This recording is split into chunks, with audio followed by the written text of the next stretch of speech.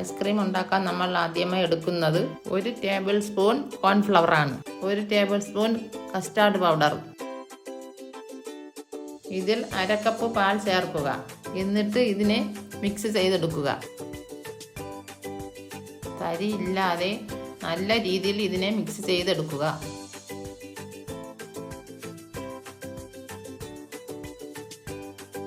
മൂന്ന് ഗ്ലാസ് പാലെടുക്കുക.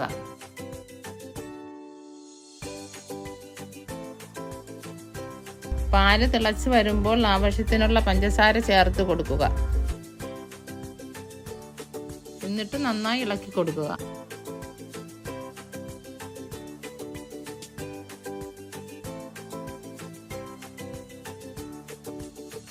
ഇനി നമുക്ക് ആദ്യം ചേർത്ത് വെച്ച മിക്സ് ഇതിൽ ചേർത്ത് കൊടുക്കാം.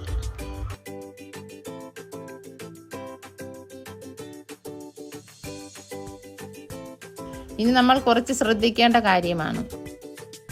ഇത് അടിയിൽ പിടിക്കാനുള്ള സാധ്യത വളരെ കൂടുതലാണ്. അതുകൊണ്ട് നന്നായി ഇളക്കിക്കൊണ്ടേ ഇരിക്കുക. വാനിലയുടെ രുചി ഇഷ്ടമുള്ളവരാണെങ്കിൽ 1 ടീസ്പൂൺ വാനില ഫ്ലേവർ കൂടി ചേർത്ത് കൊടുക്കാം. നന്നായി ഇളക്കിക്കൊണ്ടേ ഇരിക്കുക.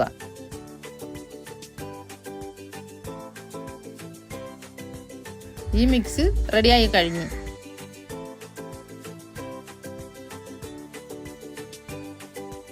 ഇനി ഇത് തണുത്തതിന് ശേഷം ഒരു ബോക്സിൽ ഒഴിച്ച് വയ്ക്കുക.